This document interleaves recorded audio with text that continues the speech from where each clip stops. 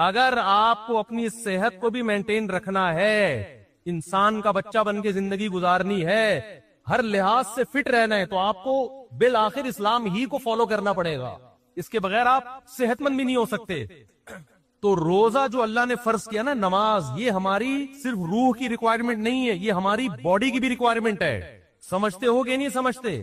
سچ بولنا، یہ صرف ہماری روح کی ریکوائرمنٹ نہیں ہے، یہ ہماری باڈی کی بھی ریکوائرمنٹ ہے. اب میں آپ کو مثال دیتا ہوں. آپ کہیں گے مفتی صاحب ابھی تو آپ کہہ رہے تھے چوری کا انڈا کھاؤ یا حلال انڈا کھاؤ، پروٹین تو سیم پیدا ہوں گے، تو پھر مذہب چوری کا انڈا کھانے سے منع کیوں کر رہا ہے؟ بھائی صرف آپ کو پروٹین کی ضرورت نہیں چاہیے، مینٹلی ہیلتھ بھی چاہیے. وہ چوری کر کے وہ مینٹلی ہیلتھ آپ کو حاصل نہیں ہو سکتی، کوئی نیچر کے خلاف ہے حرام کھانا. آپ کی باڈی ڈسٹرب ہوگی، آپ بے سکونی میں جاؤ گے. ہو سکتا ہے آپ پروٹین کا ایک کنستر بن جاؤ، گھی کا ڈبہ بن جاؤ آپ، لیکن آپ خودکشی سے مرو گے. چوری کرنے والے کبھی بھی سکون میں نہیں ہوتے.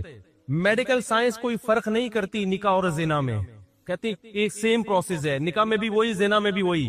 لیکن حقیقت یہ ہے کہ زنا کرنے والے اسٹریس اور ڈپریشن میں جاتے ہیں، نکاح کرنے والے اتنی ٹینشنیں لے کے بھی وہ ٹینشن نہیں لیتے، کیونکہ نیچر ہے. بہت مشکل ہے بھائی، رہنے دو یار. ہو سکتا ہے میڈیکل سائنس کہے کہ روزہ رکھنے سے آپ نتھرنا شروع ہو جاؤ گے، جو تھوڑے بہت آپ میں پروٹین رہ گئے وہ مارکیٹ سے کیا ہو جائیں گے، شارٹ ہو جائیں گے، کمزور ہو جاؤ گے. این ممکن ہے. میں نہیں کہتا کہ ڈاکٹر ایسا کہتے ہیں، نہیں کہتے، یہ ڈاکٹروں سے پوچھے جا کے، وہ جو بھی کہتے ہیں. ہم نے تو مذہب کو فالو کرنا ہے نا، روزہ تو رکھنا ہے، وہ تو اللہ کے حکم پہ رکھنا ہے، ڈاکٹروں کے مسئلے تھوڑی رکھ رہے ہیں. ہو سکتا ہے وقتی کمزوری ہو سکتا ہے وقتی نقصان ہو، لیکن نتیجے کے اعتبار سے نقصان، بولو، روزہ صحت کے لیے نقصان دہ ہوتا تو یہ نیچر کے خلاف ہوتا، نیچر کے موافق نہیں ہوتا. پھر قرآن کا یہ دعویٰ غلط ہو جاتا، فطرت اللہ التی فطر الناس علیہا، یہ انسان کی وہ نیچر ہے جس پہ میں نے انسان کو پیدا کیا، اسلام. تو اسلام ایسی بات کا آرڈر نہیں دے سکتا جو انسانیت کے لیے فائدہ کے بجائے کیا ہو، نقصان ہو. تو یہ جو پھوڑنا بھاڑنا ہے نا، اتنا پھوڑ رہے ہو، یہ آپ کی صحت کے لیے نقصان دہ ہے. رسول اللہ صلی اللہ علیہ وسلم نے فرمایا بدترین برتن اللہ کی نظر میں، بدترین برتن جو بھرا ہوا ہو وہ انسان کا معدہ ہے. سمجھ میں نہیں آ رہی بات؟ اللہ کو کوئی ٹرے چاولوں سے بھری ہوئی ہو نا، فل بھری ہوئی، اللہ کو بری نہیں لگے گی. وہ کوئی دیگ اتنی بھری ہوئی ہو، اوپر تک ڈھکن ہی نہ بند ہو رہا ہو، اللہ کو بری. کوئی شاپر بریانی سے بھرا ہوا ہو، اللہ کو برا نہیں لگے گا. تون کسی کی دیگ کی طرح بھری ہوئی ہو، اللہ کو یہ عمل بہت، اب بولا نہیں جا رہا. دے ابھی شادیوں کی بات کرتا فوراً 4 پہ انگلیاں اٹھا لیتے، یوں نہیں آ رہی نا بات. سب سے زیادہ جو برتن جو انسان کا پیٹ اور معدہ ہے نا، اللہ کو یہ بھرا ہوا برا لگتا ہے، بالکل بھی اچھا نہیں لگتا. تو زیادہ کھانا، ہوڑنا، پیٹ بھر کے کھانا، اس سے پتہ چلتا ہے یہ صحت کے لیے مفید نہیں ہے. ہوتا تو اللہ حکم دیتے جب بھی کھاؤ اتنا کھاؤ کہ تمہیں اسٹیشر پہ لوگ اٹھا کے گھر لے کے جائیں. ایک بدعتی مولانا صاحب تھے، ان کا جب انتقال ہو گیا نا تو کسی گھر میں تیجے کی دعوت تھی. تیجا 40واں ہوتا ہے نا، مردوں کے کھانے، پتہ نہیں کیسے حلق میں کیسے اترتے ہیں مردوں کے کھانے. لوگوں میت کے کھانے عجیب صحیح ہوتے ہیں یار، کھاتے کیسے ہیں لوگ. تو تیجے کا کھانا تھا کسی کے ہاں، تو بچوں کی ماں نے بولا کہ بیٹا آج تم بریانی کھانے جا رہے ہو، کل شریف کی بریانی ہے، سویم کی بریانی ہے، دیکھو اپنے باپ کی روح کو تکلیف نہ پہنچانا، ایسے کھانا جیسے تمہارا باپ کھایا کرتا تھا، تمیز سے کھانا، پھوڑ پھاڑ کے آنا، تاکہ تمہارے باپ کی روح کو قبر میں کیا ملے، سکون ملے. بچے گئے کھانا شروع کیا، بہت کھایا، کھائے جا رہے ہیں. ماں کی نصیحت یاد آ رہی ہے، کوئی کھانچہ خالی نہیں ہونا چاہیے. اتنا کھا لیا کہ اب چلا نہیں جا رہا. مدت ذلہ العالیہ، جو سامنے آیا کھا لیا. دامت برکاتہم العالیہ، جو ملا کھا لیا. کھا کے جب یہاں تک اب چلا ہی نہیں جا رہا تو ان کا خیال ہوا اب 2 بندے نا ان کو سہارے پہ لے کر آ رہے ہیں، پاؤں کے سٹ رہے زمین. ان کا خیال ہوا ماں کی طرف سے آج شاباش ملے گی. جب گھر میں گئے ماں نے ایک تھپڑ لگایا، بے غیرتو، تمہارا باپ اس اسٹریچر پہ لوگ اس کو اٹھا کے لاتے تھے اور تم چل کے آ رہے ہو، تم نے باپ کی روح کو تکلیف پہنچائی. یہ تو ایک چٹکلا ہے، لیکن آپ شادیوں میں کھانے کا حساب کتاب دیکھو، بہت افسوس ہوتا ہے. میں آپ لوگ کے علاوہ کی بات کر رہا ہوں، آپ کو تانے نہیں دے رہا. خدا کے بندو اپنی پلیٹوں میں اتنا بھرا کرو جتنا تمہارا پیٹ ہے، اتنا بھر لیتے ہیں بعض لوگ ہوس میں کہ کہیں اگلی ٹرپ میں ختم نہ ہو جائے. عزت کے ساتھ 2 نوالے کھا لینا جس میں آپ کو لیگ پیس نہ ملے، یہ ان بھری ہوئی پلیٹوں سے جس میں کوئی کیمرہ لگا کے دیکھ رہا ہو تو آپ کی عزت جائے. خدا کی قسم یہ 2 نوالے بہتر ہیں اس سے. تو اللہ تعالیٰ کیا چاہتے ہیں؟ مسلمان طبیعت سے پھوڑا کریں یا تھوڑا کھایا کریں؟ تو ہماری جو نیچر ہے نا، جو قدیم مذہب ہے، قدیم مذہب اسلام ہے، روزے ہیں، اس میں کم کھانا ہے، زیادہ کھانا نہیں ہے۔ انسان جب دنیا میں آیا کم کھاتا تھا، بعد میں پھوڑنا پھاڑنا شروع کیا اس نے۔ اللہ ڈاکٹروں کو بھی ہدایت دے، ہم سے تو اچھے ہی ہوں گے، میں میڈیکل سائنس میں ٹانگ نہیں اڑاتا، ڈاکٹروں کی فیلڈ ہے۔ جب کو غریب آدمی بھی جائے گا، یہ بھی کھا لو، وہ بھی کھا لو، یہ بھی کھا لو، یہ صبح یہ کھایا کرو۔ ہم جب اسکول میں پڑھتے تھے تو سائنس کا ٹاپک جب آیا نا، تو اس میں ناشتے میں کیا ہونا چاہیے، یہ اتنے مکھن، اتنے ڈبل روٹی، اتنے فلانا، اس پہ ڈبل روٹی بھی ہوتی تھی اس میں۔ اب تو خیر ڈبل روٹیاں نکال دی ہیں ڈاکٹروں نے۔ پھر دوپہر یہ ہونا چاہیے، پھر شام کو یہ ہونا چاہیے۔ ہم نے کہا بھائی یہ کیا کر رہے ہیں، یہ کیا کھلا رہے ہیں ہم کو؟ لیکن ہم سمجھتے تھے کہ یہ ضروری ہے صحت کے لیے۔ ہمیں قرآن میں، حدیث میں 2 ٹائم کے کھانے کا تذکرہ ملتا ہے۔ ناشتے کا لفظ عربی زبان میں، قدیم عربی میں نہیں ہے، یہ بعد میں آیا ہے۔ یہ گوروں کے، انگریزوں کے دنیا پہ جب حکومت ہوئی ہے نا، اس کے بعد ناشتہ بھی آیا، چائے بھی آئی، بسکٹ بھی آئے، ڈبل روٹیاں بھی آئی۔ یہ مسلمانوں کا کلچر نہیں ہے۔ ہمارا کلچر نمکین لسی تھا، کولڈ ڈرنک نہیں تھا۔ ہمارا کلچر روٹی تھی، اور وہ بھی بغیر چھنے آٹے کی روٹی، چکی کے آٹے کی روٹی۔ باپ دادا سے پوچھ لو اپنے، ڈبل روٹیاں ہمارا کلچر نہیں تھا۔ یہ گوروں کے آنے کے بعد کیونکہ ہم تو اسلام کو فالو کرتے تھے نا، ہمارے باپ دادے۔ ہمارے حضرت فرمایا کرتے تھے، ہم ناشتہ جانتے نہیں تھے ہوتا کیا ہے، ہمیں تو بعد میں جب انگریز آیا ہے نا، ہمارے باپ دادے بتایا کرتے تھے۔ وہ اس وقت بھی ہمارے حضرت کے دور تک ناشتہ کا رواج نہیں تھا۔ اب صبح اٹھ کے کہتے کھانا بہت ضروری ہے، خالی پیٹ نہیں رہنا چاہیے۔ کچھ بھی نہیں ہوتا میرے بھائی خالی پیٹ سے۔ بھوک سے لوگ نہیں مرتے، بہت کم ریشو ہے بھوک سے مرنے والوں کا۔ جتنے لوگ مر رہے ہیں نا، کھا کے مرے ہیں، سارے کھا کے مرے ہیں۔ شوگر بھوکا رہنے سے ہوتی ہے، کھانا کھانے سے ہوتی ہے۔ اچھا، لوگ میرے بیان پہ جب اعتراض کرتے ہیں تو ان سے میں ایک بات کہتا ہوں، کائنڈلی کسی بھی چیز کی پوری تحقیق کر لیا کریں اور بندے کا مطلب سمجھا کریں۔ میں نے ایک دفعہ بیان میں کہا جو میٹھا بہت کھاتے ہیں شوگر ہوتی ہے، تو کسی نے کہا میٹھا کا شوگر سے کوئی تعلق نہیں ہے۔ مجھے پتا ہے میٹھے کا شوگر سے کوئی تعلق نہیں ہے، میٹھا کھانے سے شوگر نہیں ہوتی، لیکن میٹھا کھانے سے وزن بڑھتا ہے، اور وزن بڑھنے سے کیا ہوتی ہے؟ شوگر۔ تو اتنے بیوقوف ہم ہیں نہیں جتنے لوگ سمجھ رہے ہیں ہمیں۔ میٹھا کھانے سے وزن تو بڑھے گا نا، اور وزن تو ہر بیماری، کینسر وزن بڑھنے سے ہوتا ہے۔ تو اتنے بیوقوف ہم ہیں نہیں، تبصرہ کرنے سے پہلے تھوڑا سا سوچ لیا کرو۔